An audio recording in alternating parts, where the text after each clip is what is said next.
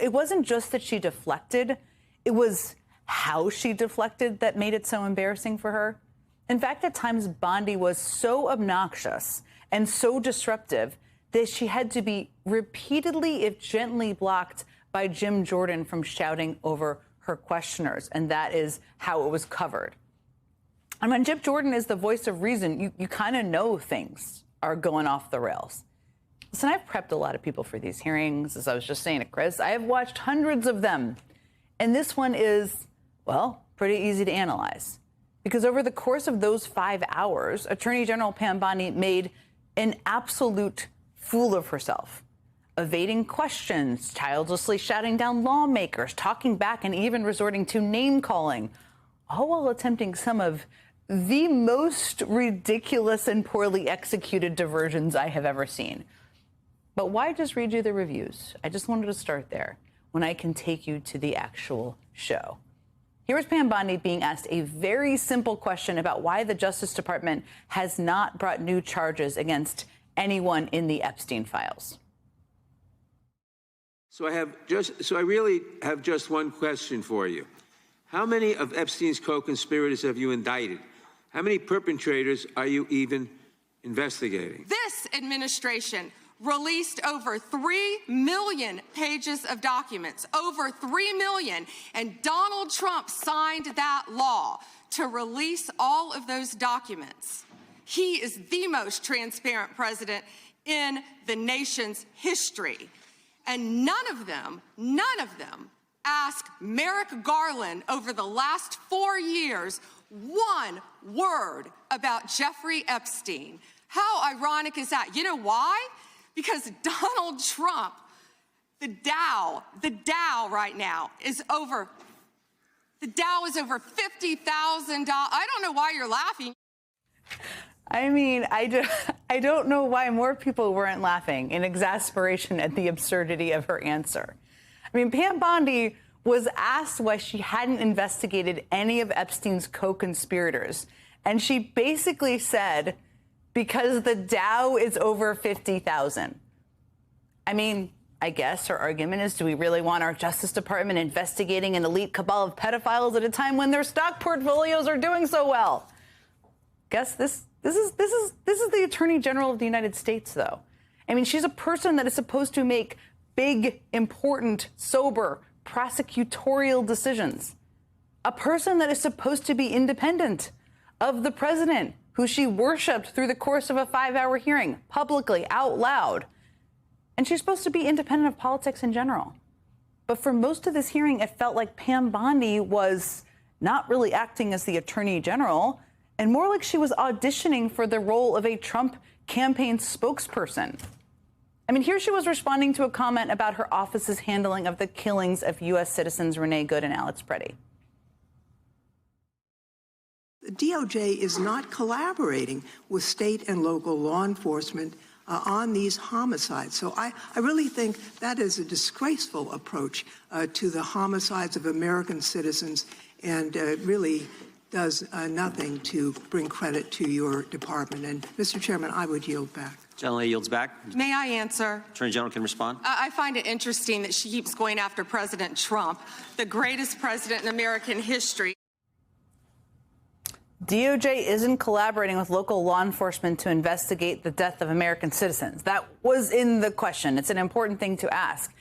And Pam Bondi's response is, Donald Trump is the greatest president in American history. And did I mention the Dow, which remains perhaps one of the most absurd moments of the hearing? It's like she was kind of a social media bot of sorts, replying with random non sequiturs and AI-generated images of Donald Trump with a six-pack, or the verbal version of that. Can you imagine Merrick Garland answering a question like that? Hell, I mean, can you imagine Bill Barr answering a question like that? And the thing is, it kept going like that over and over and over. Every time she was asked a serious question about something within her job description, she evaded, either by attacking the questioner or by really over the top glorifying her boss. Donald Trump attended various parties with Jeffrey Epstein. I want to know, were there any underage girls at that party or at any party that Trump attended with Jeffrey Epstein?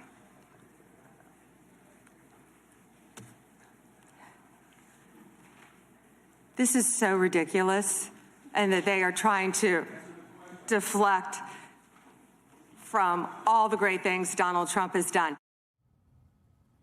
Okay, to state the obvious, but we got to restate it sometimes. The question of whether or not the current sitting president of the United States attended any parties with a sexual predator where underage girls were present is not ridiculous at all. I think everybody wants to know the answer to that question. Also, by the way, it wasn't exactly a 7-parter. She could have just said no if she knew the answer was no. And it wasn't just her refusal to provide a basic answer. That was certainly part of it. When given the opportunity to honor the survivors of Jeffrey Epstein's crimes, who were literally right behind her in that hearing room, she refused. To the survivors in the room, if you are willing, please stand. And if you are willing, please raise your hands if you have still not been able to meet with this Department of Justice. Please know for the record that every single survivor has raised their hand. Will you turn to the survivors? This is not about anybody that came before you. It is about you taking responsibility for your Department of Justice and the harm that it has done to the survivors who are standing right behind you and are waiting for you to turn to them and apologize for what your Department of Justice has done. Members get to ask the questions. The witness gets to answer in the way they want to answer. The Attorney General can That's respond. not accurate, Mr. Chairman. Because she doesn't It is like the my answer. time. So, Mr. Chairman, why I have asked didn't a she ask question. Merrick Garland this? I am twice reclaiming when he my sat in my time, and when chair? I will reclaim my continue to time, answer. it is Mr. Chairman, my the gentlelady's I'm not going to get in the gutter for her theatrics. The time belongs to the gentlelady. The gentlelady has 17 seconds. Thank you. You're not going to answer this question, so let me just Chairman, say this. I'll direct it to what you. a massive No, I'm cover-up. answering a question. Chairman, will you Chairman. restore her time? The witness I'm is not going to get interrupting. in the gutter with this woman. Stop the She's time doing and theatrics. let me I mean, there was a lot telling about that exchange, including the fact that Pam Bondi, if you noted this, refused to even look at Epstein's survivors. And that says a lot. It's not the only shocking thing, though, to come out of that exchange. As Bondi was going back and forth with Congresswoman Jayapal, a photographer in the room snapped this photo of the binder in front of Pam Bondi. And if you zoom in, and we're going to do that for you, and rotate that image to take a closer look, you can clearly see that the page is labeled Jayapal Pramila Search History. And it appears to list all of the Epstein files that Congresswoman Jayapal privately viewed on the Justice Department's computers, where lawmakers can view the unredacted versions of the files. Now, after that image became public, Congresswoman Jayapal told MS Now's tireless, intrepid reporter Ali Vitale, quote, "It's totally inappropriate. Is this the whole reason they opened the files up to us 2 days early? So they could essentially surveil members to see what we were going to ask her about?" Good question. I mean, that was essentially an Oppo document in the binder of the Attorney General saying what a person who was going to be questioning her had searched just a few days ago. And I hope others start asking it.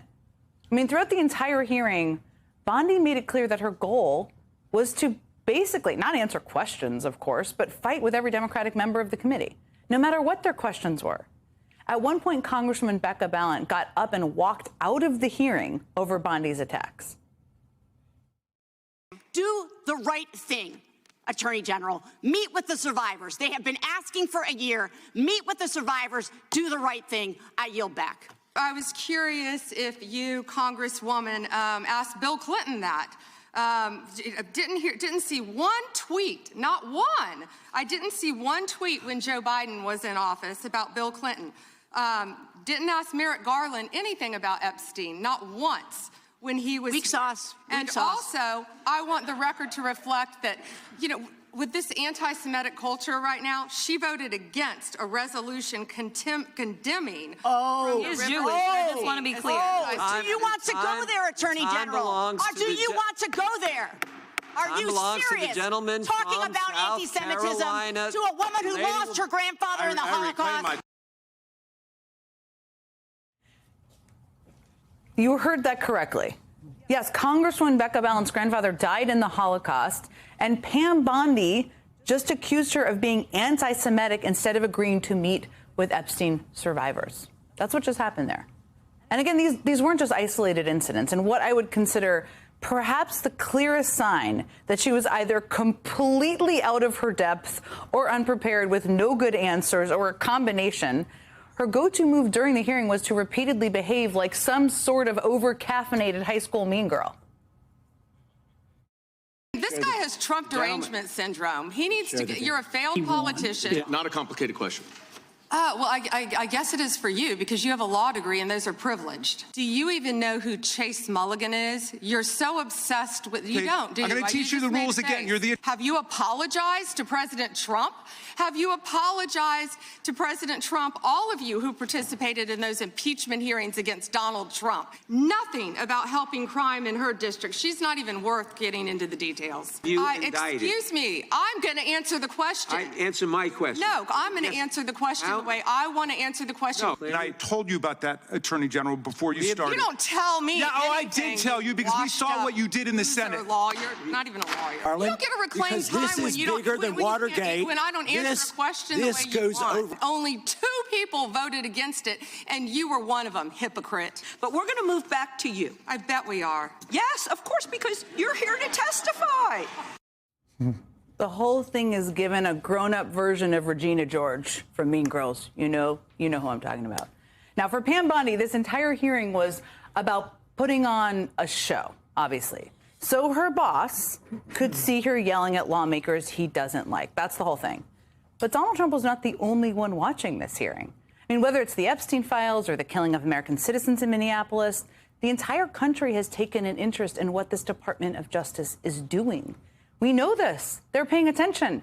And if they tuned into this hearing, they saw an administration making a mockery of their priorities. They saw a Department of Justice that only cares about one person, one man sitting in the White House. While at the same time, they saw responsible lawmakers ask tough questions and center the people who really matter in all of this.